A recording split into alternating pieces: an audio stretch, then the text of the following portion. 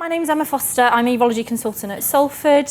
We're one of the neuromodulation centres in the UK. We have a wide sort of catchment area for our neuromodulation. We do actually only offer sacral neuromodulation. I will talk a bit about PTNS, but I have to confess I am not an expert with PTNS.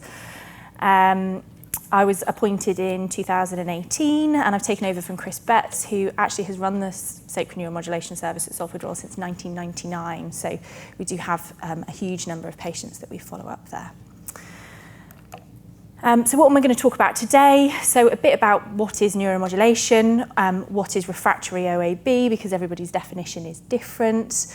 I'm going to touch on the guidelines, but not very much, to be honest, because I'm sure it's embedded in all of our practice. A bit about theories of mechanisms of action of neuromodulation. As I said, a little bit about PTNS. I'm sure there are some of the physios in the audience who've probably got more experience than me with PTNS. Then we're going to move on to sacral neuromodulation, a bit about the patient pathway, how we perform trials and permanent implants, and a little bit about troubleshooting. So if you have a patient in your unit who has got a device and you're not sure what to do, what are the first things you can do in order to manage them. So just a show of hands, who works in a unit that offers sacral neuromodulation? Okay, so quite a few. And PTNS? Okay.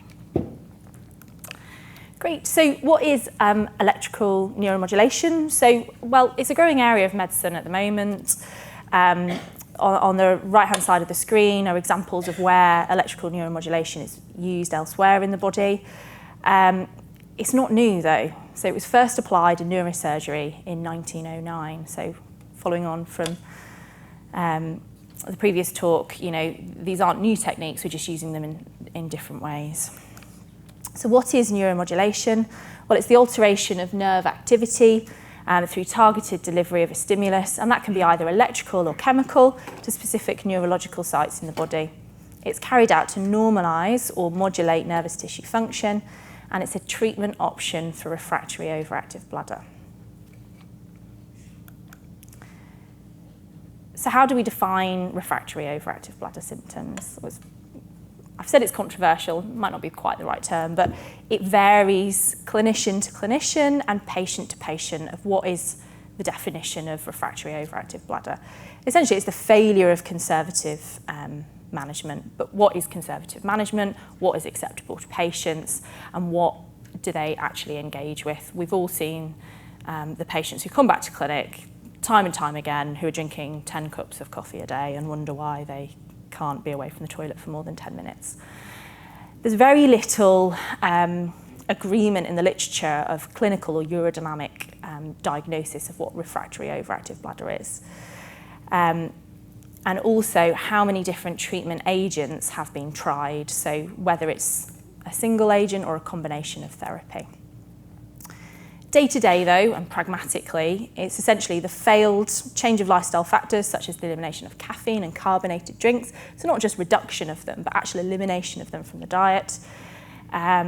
Trials of pelvic floor physiotherapy that the patients have actually engaged with, and trials of medications. And the reasons for stopping the medications can be that they've had very poor efficacy or they've had significant side effects from them.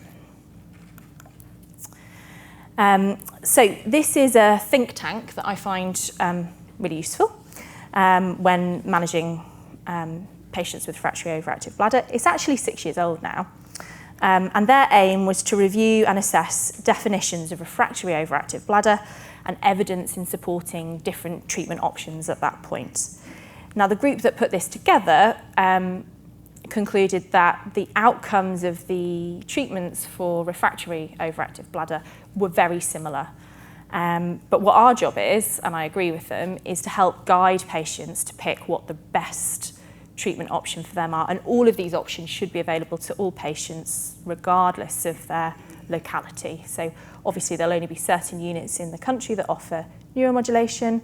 Some of the smaller hospitals may not offer augmentation cystoplasties, but all of these treatment options should be discussed with patients before they make their decision. And the default shouldn't be just Botox because it's available in the outpatients department next week. Not that anyone has such a short Botox list, I'm sure. So how do we define the success of management of overactive bladder therapy? Well, it's partly due to tolerance from the patients. So whether they've engaged with the therapy, if it's physiotherapy or change in lifestyle factors, or whether it's that they can tolerate the medications that they've tried, the cost, because as Ian's mentioned, there's a huge debt that we need to bring back, and everybody having a sacral neuromodulation device is probably not cost effective for the NHS. How the patient's quality of life is improved, the efficacy of the treatment and the definitions for that, access to the treatment. So, if you live on the Isle of Man, you may think, I can have Botox here. I would rather do that than fly over to Salford and try sacral neuromodulation or stay for several weeks after major surgery. And what the satisfaction rates of the patients are will have an impact on their perception of the efficacy and the compliance with the treatment.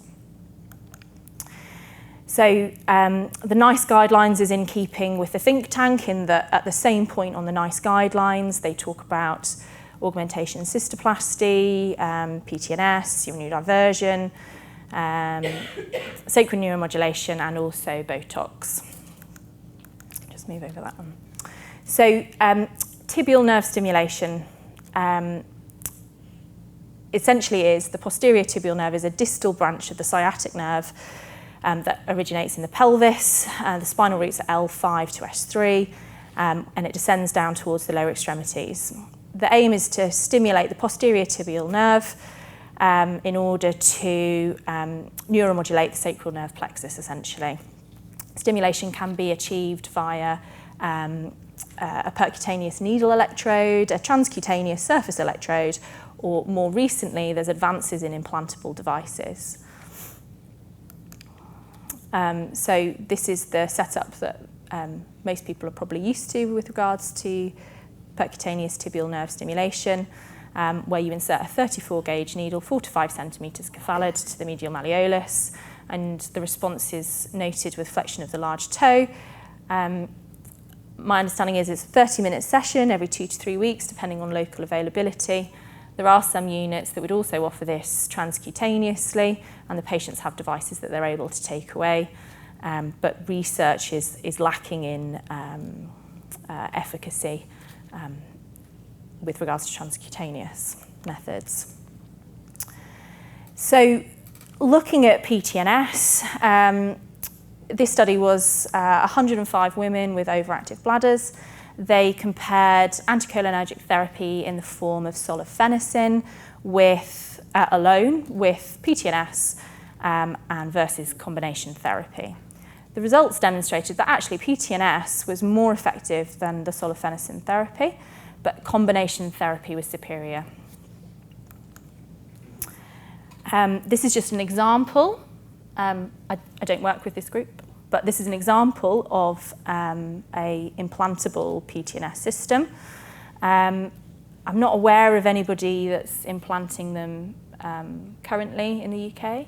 Correct me if I'm wrong. But essentially there's an implantable lead that's very similar to the sacral neuromodulation lead. And then there's an external pulse generator that the patient attaches to a electrode on the skin surface, and there's a patient programmer.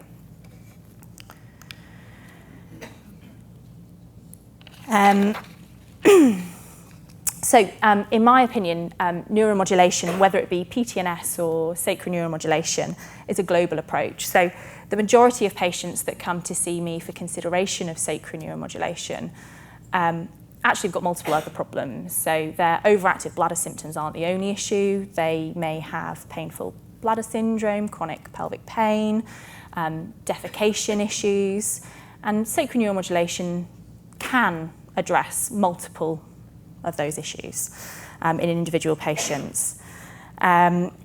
There have been 300,000 implants worldwide. Most of them are actually for defecation problems rather than urinary incontinence. So this is a study looking at sacral neuromodulation versus Botox for refractory urgency.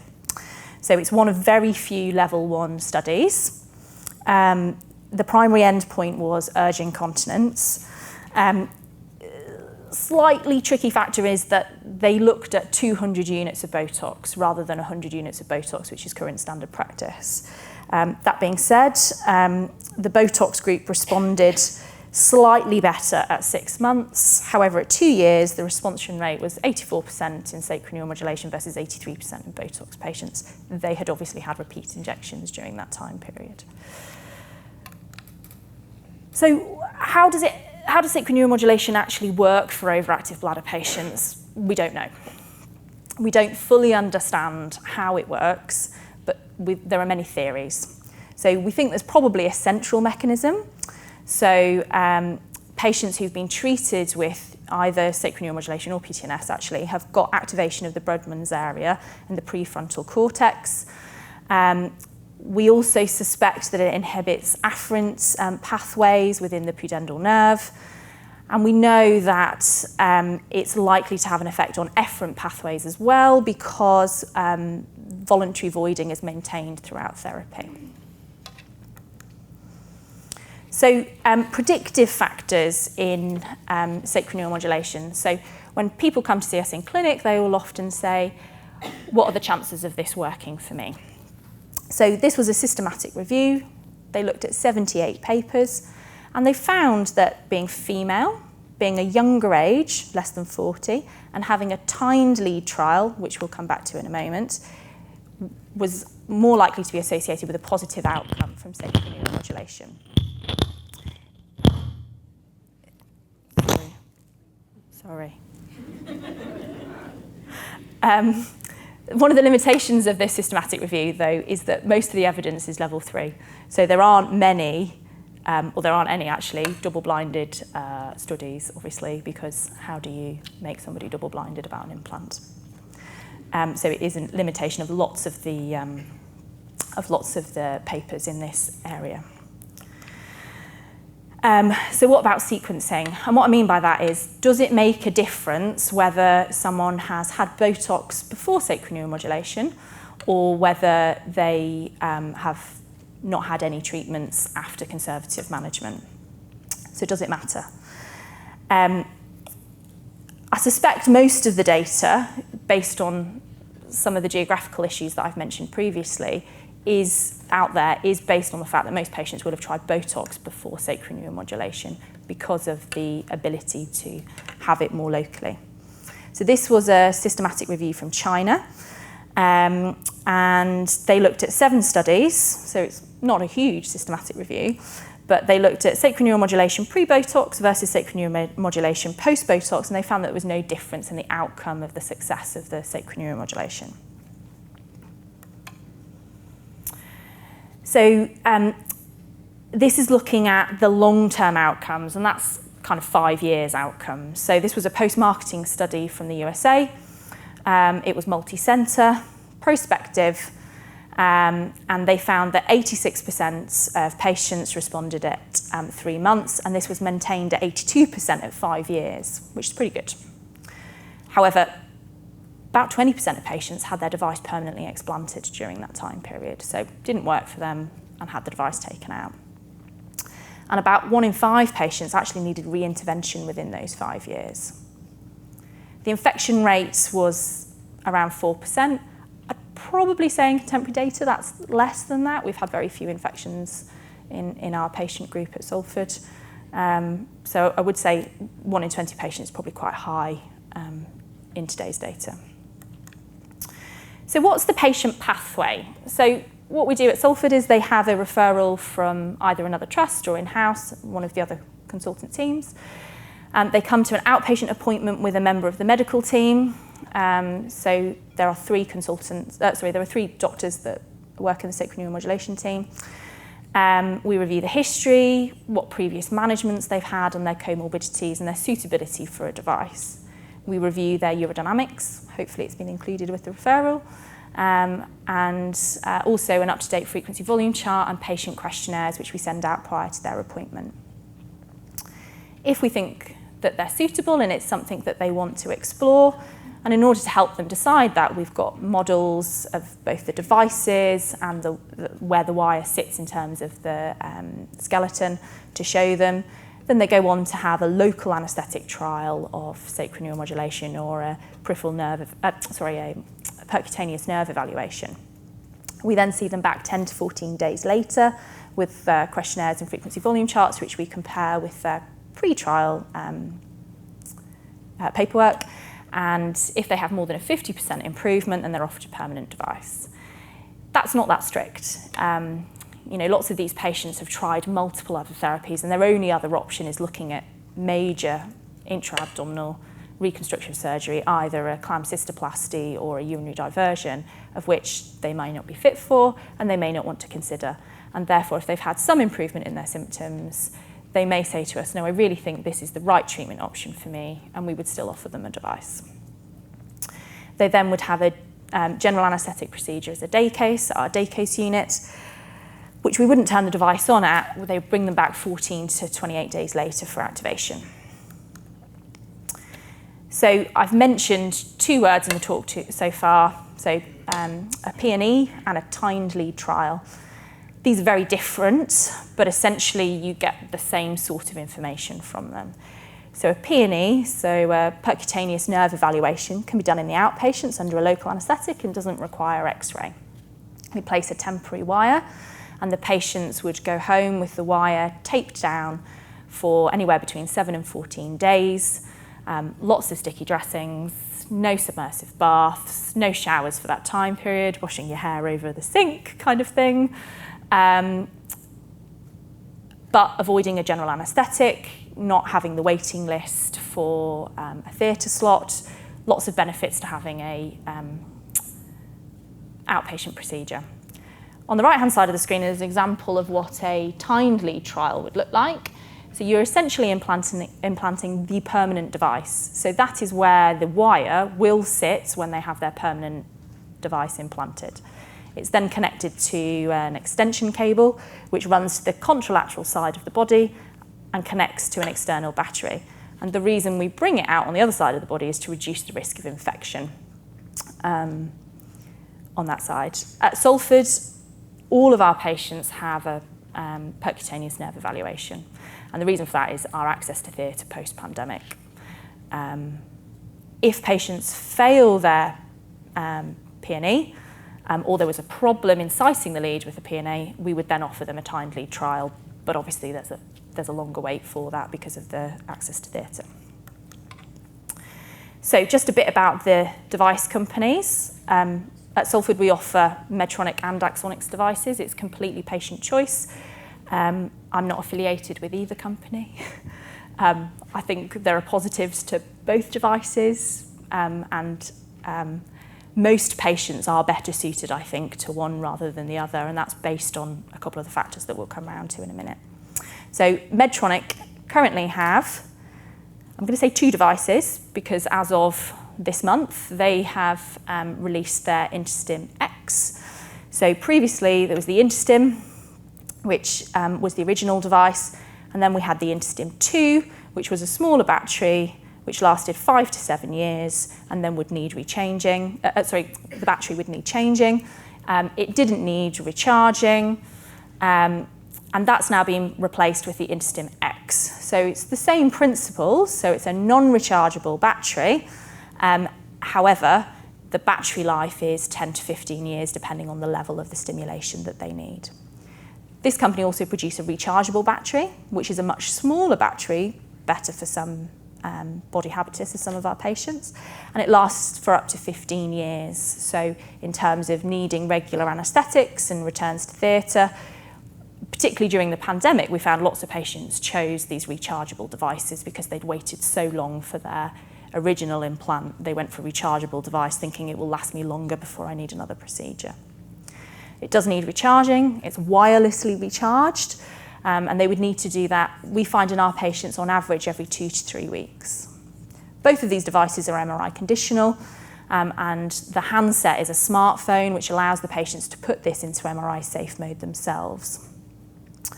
And then the other company is Axonics. So they currently produce a device called the R15. This is a rechargeable battery. The benefits to this device are that it comes with a much smaller handset, it's easier for patients to carry around, but it only allows 1 program at a time. The Medtronic system, you can have up to 11 programs, but in practice, you only normally give somewhere between 4 and 6 programs probably.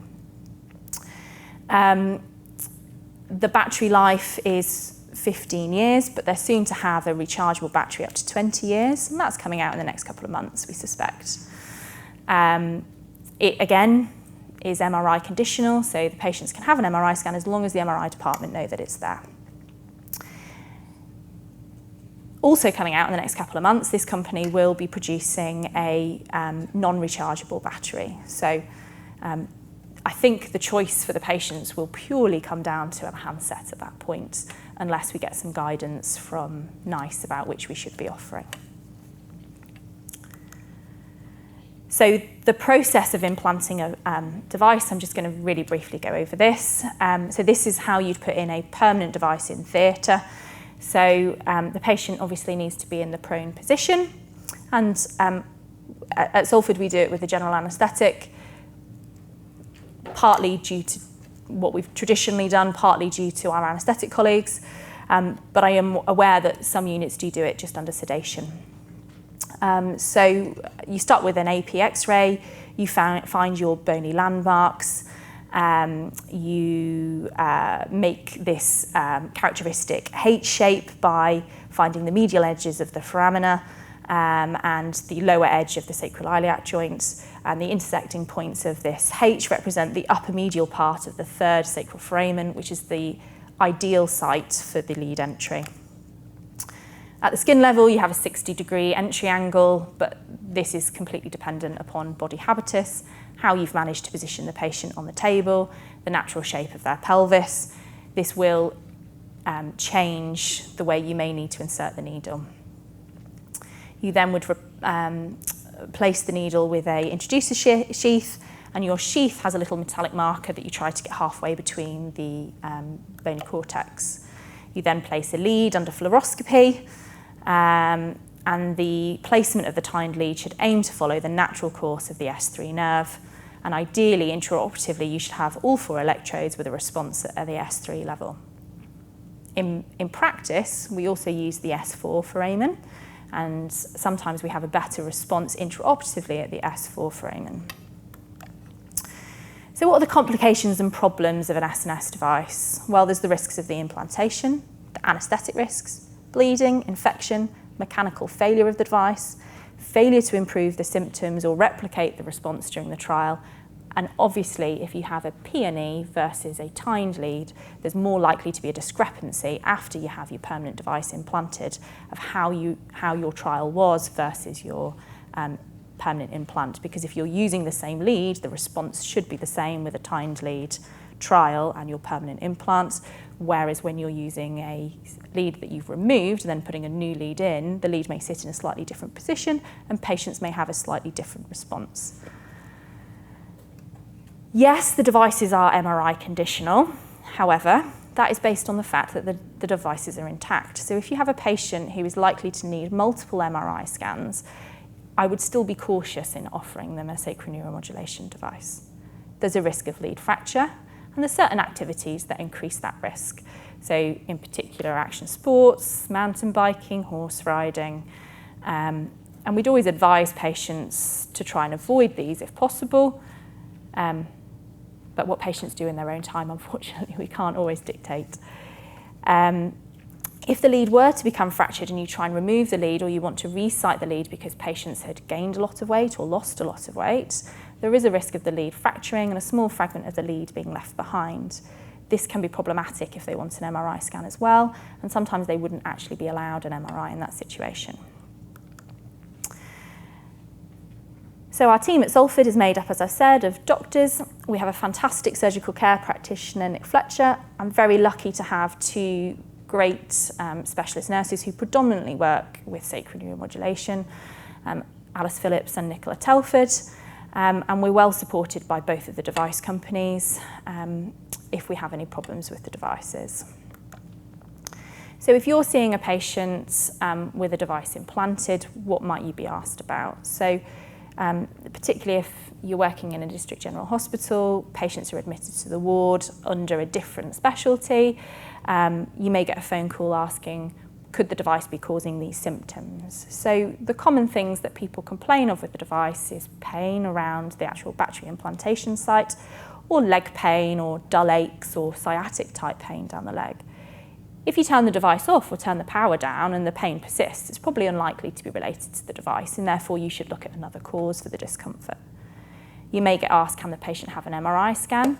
And in that situation, if the device was implanted after 2019, the chances are yes. However, you would need to contact the local centre, get the serial numbers, and because the MRI department would want that. And can they have other surgery? Yes, they can have other surgery. We ask that you avoid monopolar dithermy and use short, sharp bursts of bipolar. So what can you do? Contact your local sacral neuromodulation team, turn off the device if there's any doubt, and get an X-ray to check the position of the lead. We're very lucky in Manchester. We've got I don't know if I should say that, but we've got a joint kind of X-ray service. So if there's a patient in a hospital in Bolton, I can log on and see the X-rays there and give advice about the position of the device if we need to see them. And obviously, clinical assessment of the patient, is there any other cause for their symptoms? So I was asked to talk about the use of sacral neuromodulation in overactive bladders. We're going to have a talk a bit later about Fowler syndrome, so I won't dwell on that, but there are other areas of emerging use in urology of sacral neuromodulation. So neurogenic lower urinary tract dysfunction. Previously, we've not really used sacral neuromodulation frequently in that setting because if someone has a progressive illness and their urinary symptoms get worse, is it the progressive illness or is it that their device is no longer working the way it was before? But practice is changing and we are using these devices in more neurological patients. I'm aware there's a lot of research at the moment in spinal cord injury patients. We do implant some of our MS patients locally, and there is work going on in both Bristol and Newcastle looking at chronic pain patients as well. I have implanted a couple of paediatric patients, but we are picking those patients quite carefully in terms of their growth and needing to reposition the devices and such. Any questions? Thank you very much.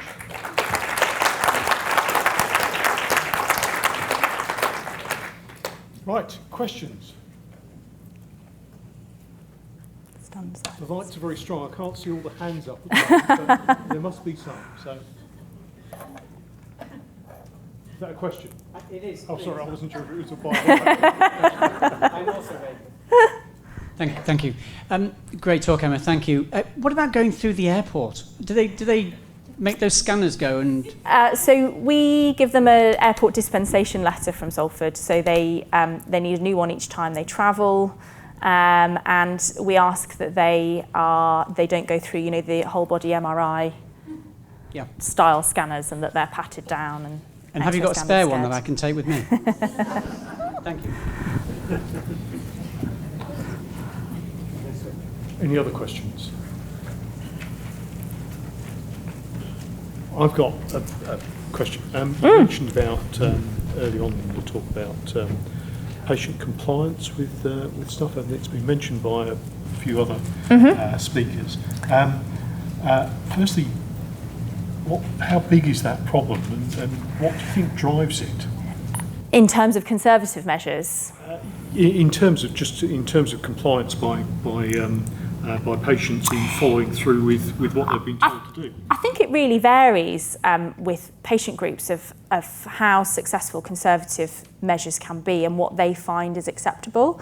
It amazes me the number of people that do not find it acceptable to not drink caffeinated drinks. It's like, oh, I don't drink many. How many do you have? 5. Oh gosh, okay. Like I wouldn't be off the toilet either, but okay. I think it's down to what their sort of their setup at home is as well. So if their friends have a certain lifestyle, if they live with a partner that drinks lots of tea and coffee. I'd be interesting to hear from the physios actually of their perception of how patients engage with pelvic floor physiotherapy for overactive symptoms. But my experience is that I have to reiterate to patients when they come back to clinic because they haven't engaged with the pelvic floor physio the importance of these conservative measures that can actually avoid these surgical techniques and the complications that you can have with these, and also all the side effects that come with the oral medications. And it's almost as if people just want the easy answer and they think a tablet is the easy answer or a device is the easy answer, when actually once they've had it, I think sometimes they feel that they could have engaged more with the conservative measures. Thank you for your presentation. I was just wondering, is there any correlation between how successful PTNS is with how successful sacral nerve stimulation will be? Yeah, so there are actually some studies looking at that. The slightly confounding factor for that is PTNS actually requires the patients to again engage, whereas sacral neuromodulation is a therapy that goes on in the background. So once you've actually had your implant, the therapy continues, whereas with PTNS, obviously you have to attend your appointments. And if you have, so I'm aware that some of the units obviously use a variety of a TENS machine. I'm sure I'm going to get told off that that's not quite right, but a variety of like a TENS machine in terms of, and they do it themselves at home, that they actually have to engage in that. So the response rate is higher in sacral neuromodulation, but there's probably more people that don't comply in the PTNS group. I was just going to add, Emma, as well, as a pelvic floor physio, I think you're quite right, and I think your frustrations at clinic are probably the same with us.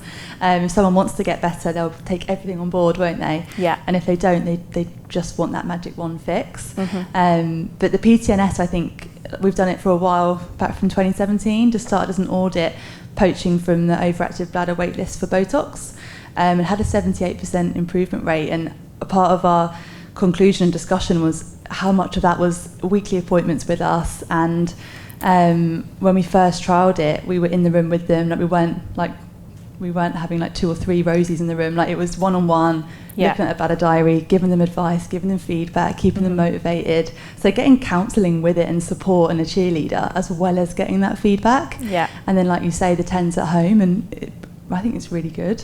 And patients really like it, don't they? And like you mentioned it earlier with the crossover, but anything off that nerve root, so people with the overactive bladder has the painful sex, has some bowel dysfunction or constipation, and it helps with all of it, really. So I think it's a really nice treatment option.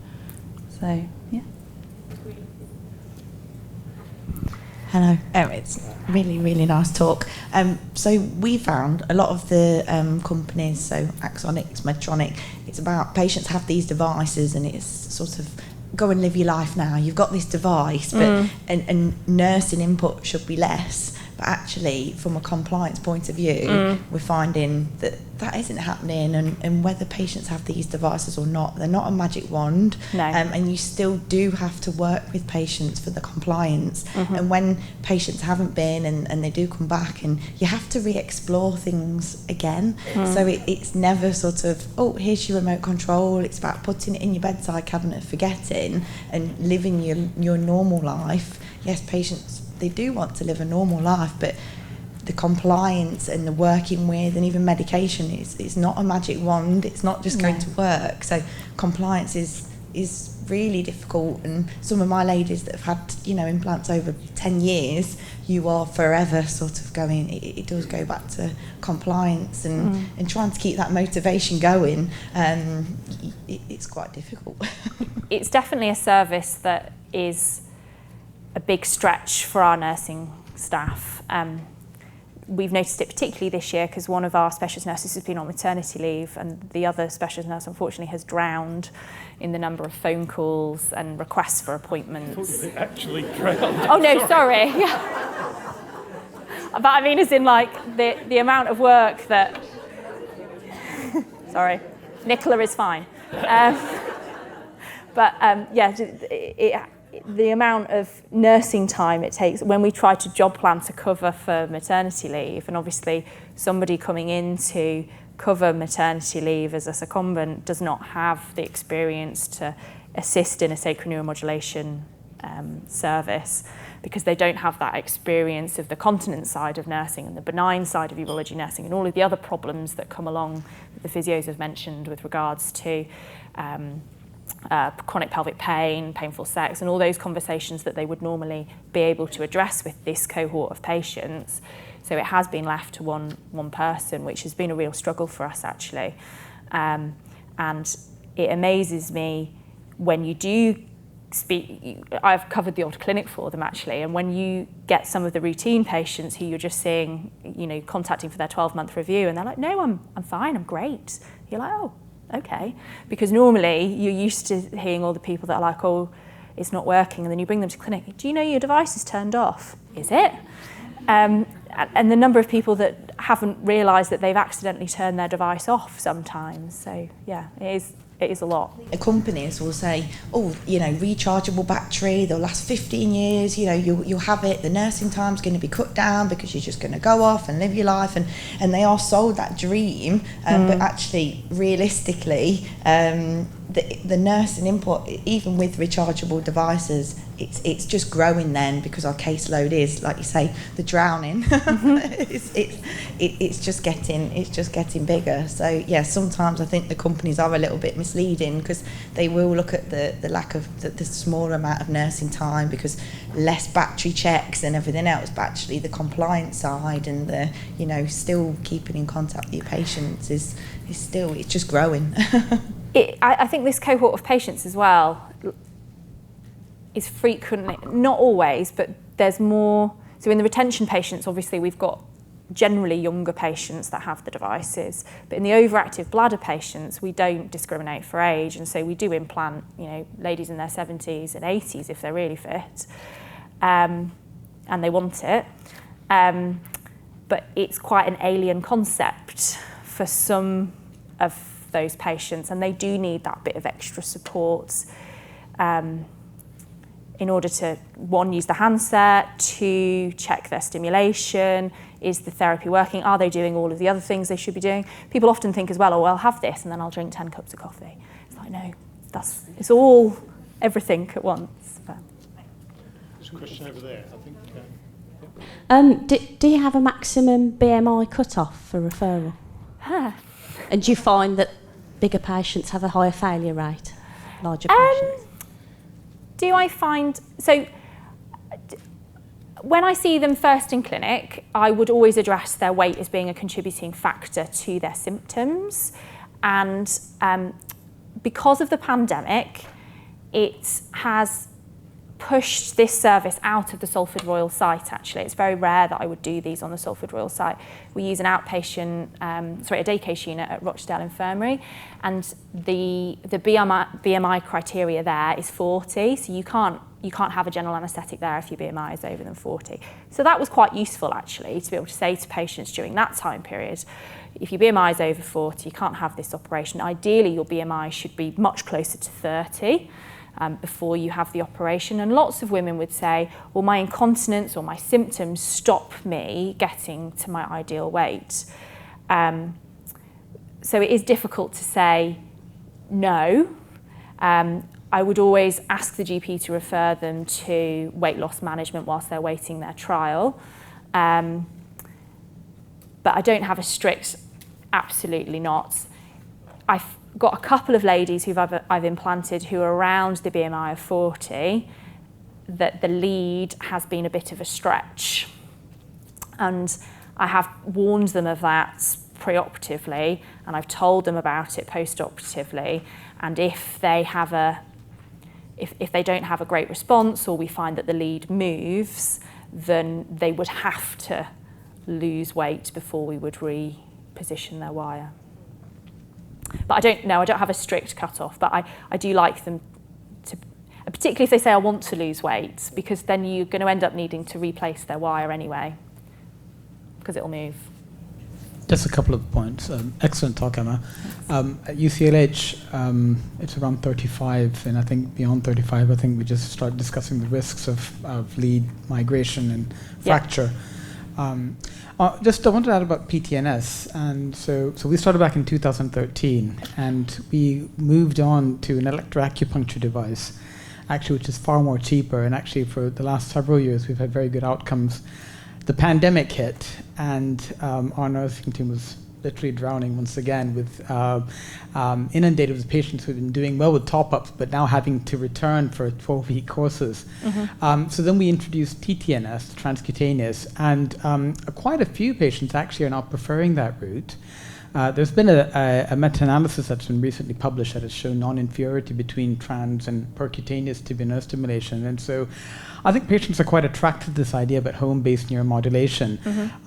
But what's core to that discussion is what their expectations are. So if you have an individual who is looking in for sort of complete continence, I think perhaps this isn't the option to go for. But if you have individuals who are looking for a reasonable degree of continence, which many of our neuropaths who we see are, for them it's a reasonable go-between. Particularly they can perform at home, either themselves or a carer if there are disabilities that prevent them from performing it. But I think that patient expectation is so critical in that discussion about going down the route of sacral, tibial, Botox, and see what they want to achieve after the intervention. Yeah. Any more questions? Renee Wardridge, consultant urologist at Warrington. Hi. So I'm thinking of sending you some patients. What's the approach in urodynamically proven mixed incontinence? Do you fix the stress incontinence component first? Can you address the urgency incontinence and then deal with the stress incontinence later? Or? I tend to do it the second way around, so overactive symptoms first and then stress incontinence symptoms, because it's normally more the overactive symptoms that they're complaining of. Thank you. But if it's just incidentally found that they've got some overactivity on the urodynamics and what they say is, I'm bothered that I leak when I cough, sneeze, lift up my little dog, child, whoever, then I would treat their stress incontinence Especially first. as there's no provision for tapes anymore. Yeah. And not many people doing laparoscopic colpus suspension, and not many fat women wanting open colpus suspension, and not many gynecologists doing colpus suspension anymore. So it's a minefield. Do you have an open colpo through a cut this big? Okay. I haven't done one for many years. And also it's often difficult to specify how much leakage is due to what. I mean, you know they've got both, but you don't know, is it 10% from the stress incontinence and 90% from the urgency, or the other way around? Yeah. And sometimes it's really difficult to pick it out of the history, isn't it? Yeah. So I would probably still, unless, when you did your urodynamics, that their overactivity was really profound, and they were symptomatic at that point, I would still treat their stress first if they said that's what bothered them the most. But you just have to do it based on a clinical assessment, don't you? But I think it makes more sense to treat their overactivity symptoms first if they complain of overactive symptoms, because they're likely, or not likely, but they could get worse with stress incontinence surgery. But equally, we do see quite a few patients come back who've never complained of stress incontinence because their overactive symptoms have been so bad that once they can hold much bigger volumes in their bladder, their stress incontinence then becomes a problem. So it varies patient to patient. But. And do you need video urodynamics first, or do you do them yourself, or do you happy with what's done at urodynamics? So for sacral neuromodulation, we're happy with just simple urodynamics, yeah. Any more questions? No? In which case, can I ask you to put your hands together? Thank you. Thank you.